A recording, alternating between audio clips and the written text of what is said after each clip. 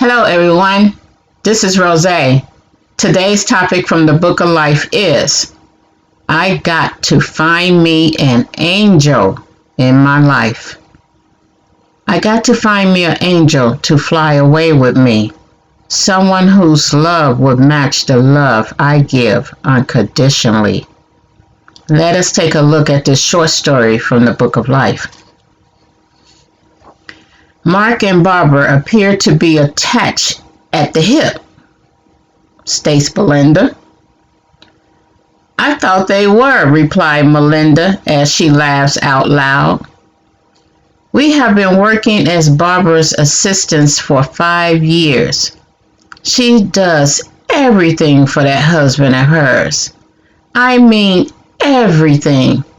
I won't be surprised if she wipes his ass after he goes to the bathroom.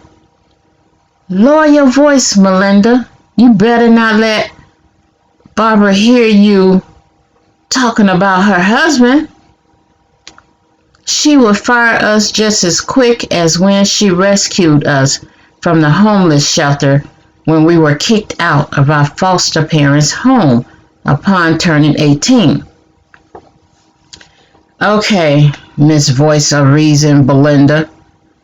I'm just having a little fun. I can't help it that I'm the happy-go-lucky fun twin and you are the, well, I don't know what to call you. Anyhow, I will speak lower when I'm joking about Barbara and her husband. I am who I am. It doesn't mean that I don't love Barbara or hold her in high regards. It's just that humor has always been my method for coping with life. I understand, Melinda. We have been through a lot in life after being abandoned by our mother as infants. Barbara would have been the ideal foster parent for us. Unfortunately, we did not meet her until after being thrown out of a system that did not provide us with life skills. Maybe the foster care system assumed the foster parents would teach us how to survive in life once we turn 18. But as you know, our foster parents told us they only got paid to provide a roof over our heads and a meal on the table. How we got money for other things was up to us. Belinda, can we talk about something else? You know I don't like talking about when we were in foster care. I am forever grateful to Barbara for taking us under her wings and teaching us the principles of being a productive citizen in life. For this reason, you know I'm just having fun when I'm talking about her and Mark's marriage. I understand I need to keep my voice low because it would hurt me if she hears me and thinks something other than what is truly in my heart. Barbara enters the room where the twins Belinda and Melinda work at her nonprofit organization as her assistant. Hi, twins. Let me correct myself. Hi, Melinda and Belinda. You two have names and your own self-identity. I will make sure to address you in that manner. How are things coming with registering the vendors for the upcoming charity event? After the twins provided Barbara with detailed information about the status of the charity event coming in approximately a month, they informed her that Mark had called requesting them to put on hold whatever project they were working on. What reason did he give? Asked Barbara. He asked us to help his co-worker plan her parents' 50th wedding anniversary party. He informed us we were to do whatever his co-worker Tracy requested of us. When did he call you two? Asked Barbara. He called this morning. Barbara was upset with her husband for requesting her employees to help one of his co-workers without talking to her about it first. Barbara asked the twins to not do as Mark has requested until she talks to him about it. She informed them their priority is the charity event. That evening, Barbara prepared Mark's favorite dish for dinner. Barbara sits at the dinner table, sipping on a glass of wine, waiting for her husband. Mark was late coming home, once again. When Mark finally arrived home, he smelled like cheap perfume and alcohol. Barbara had suspected for years that Mark was having an affair, but she chose to keep her thoughts to herself.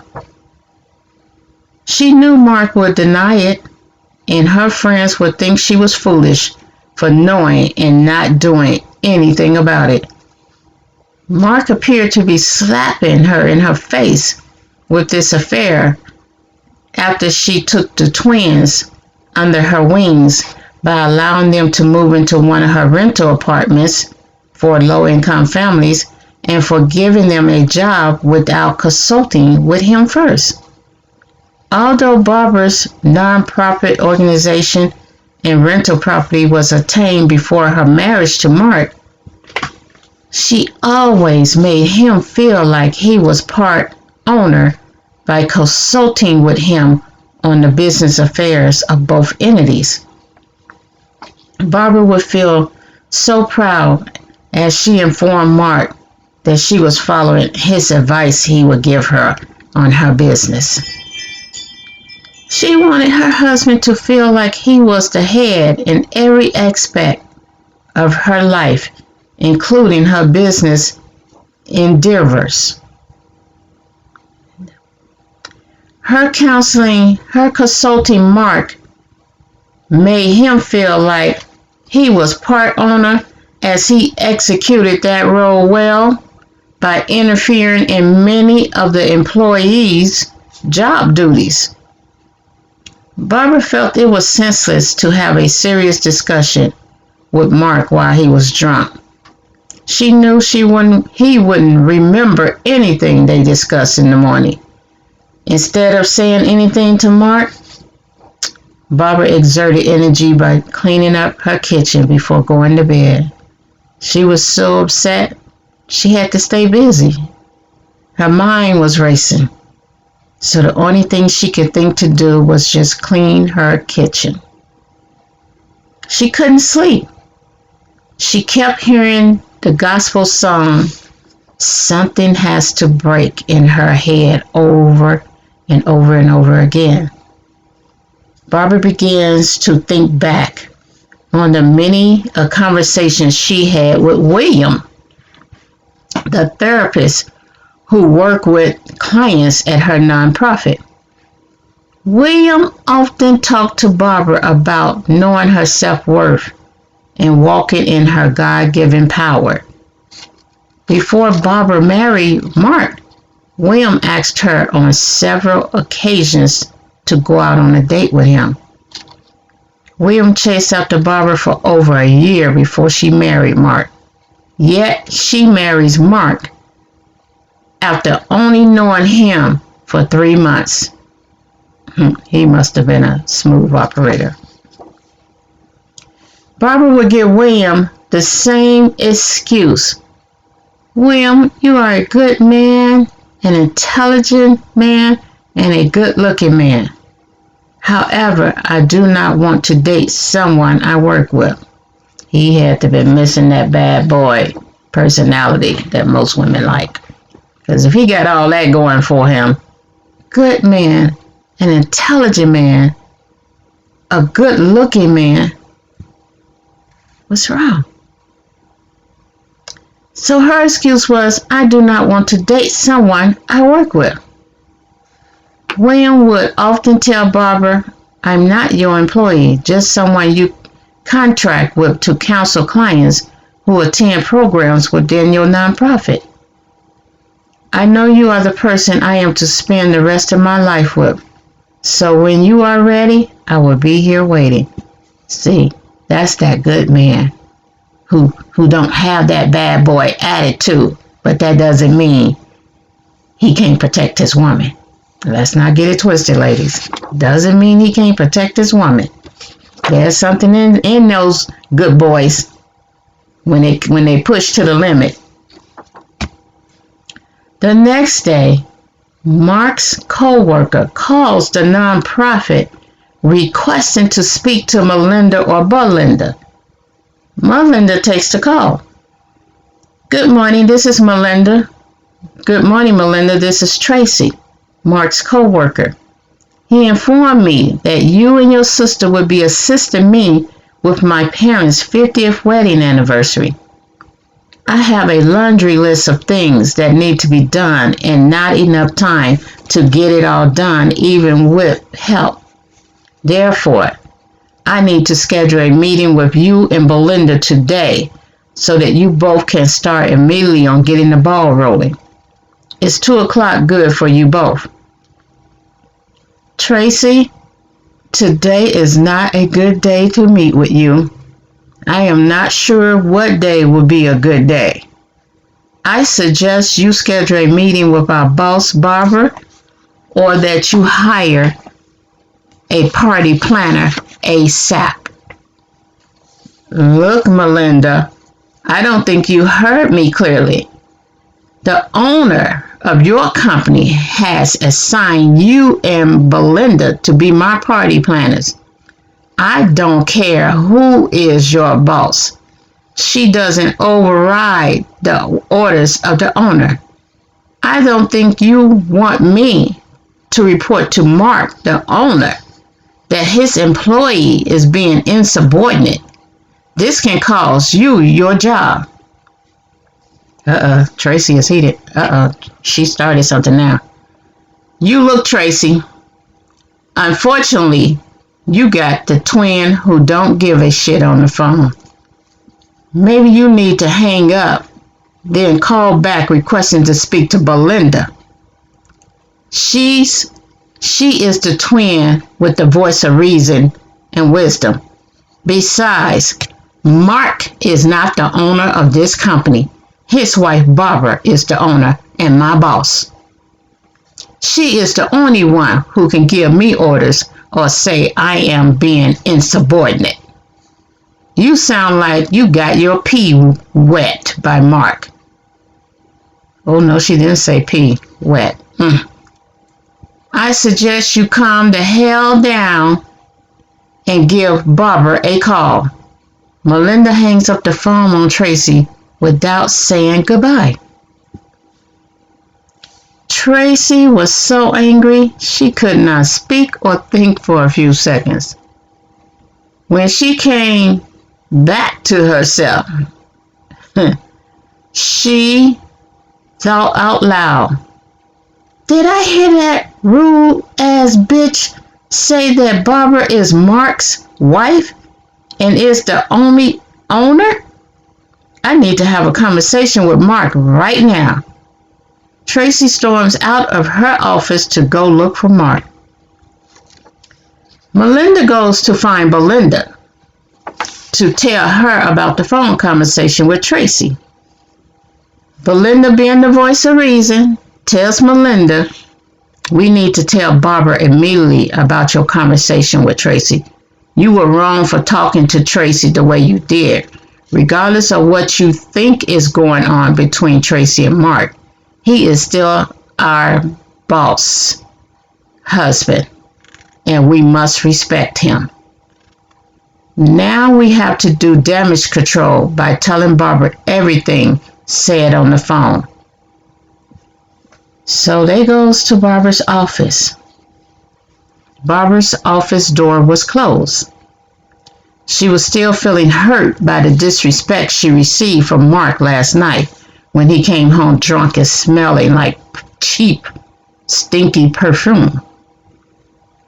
She believed in her spirit that at the appointed time, she would know what to do. This is Barbara who believed this. She knew She knew. Woman intuitions. It's appointed time.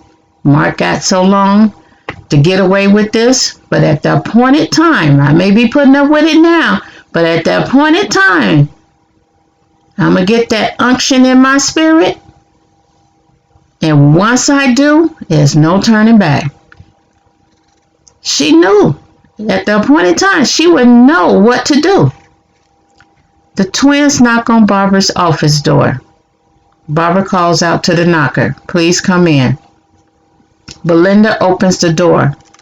"Good morning, Barbara. I am sorry we are bothering you. This is important, otherwise we wouldn't have knocked on your closed door." "It's okay, Belinda. What is it?" "Well, let me start by saying I do not agree with how Melinda handled the phone call with Tracy. I will let her tell you word for word what happened." Melinda tells Barbara exactly what was said over the phone. She apologized to Barbara for being disrespectful to Tracy. She assured Barbara that she would never be that unprofessional again in her place of business.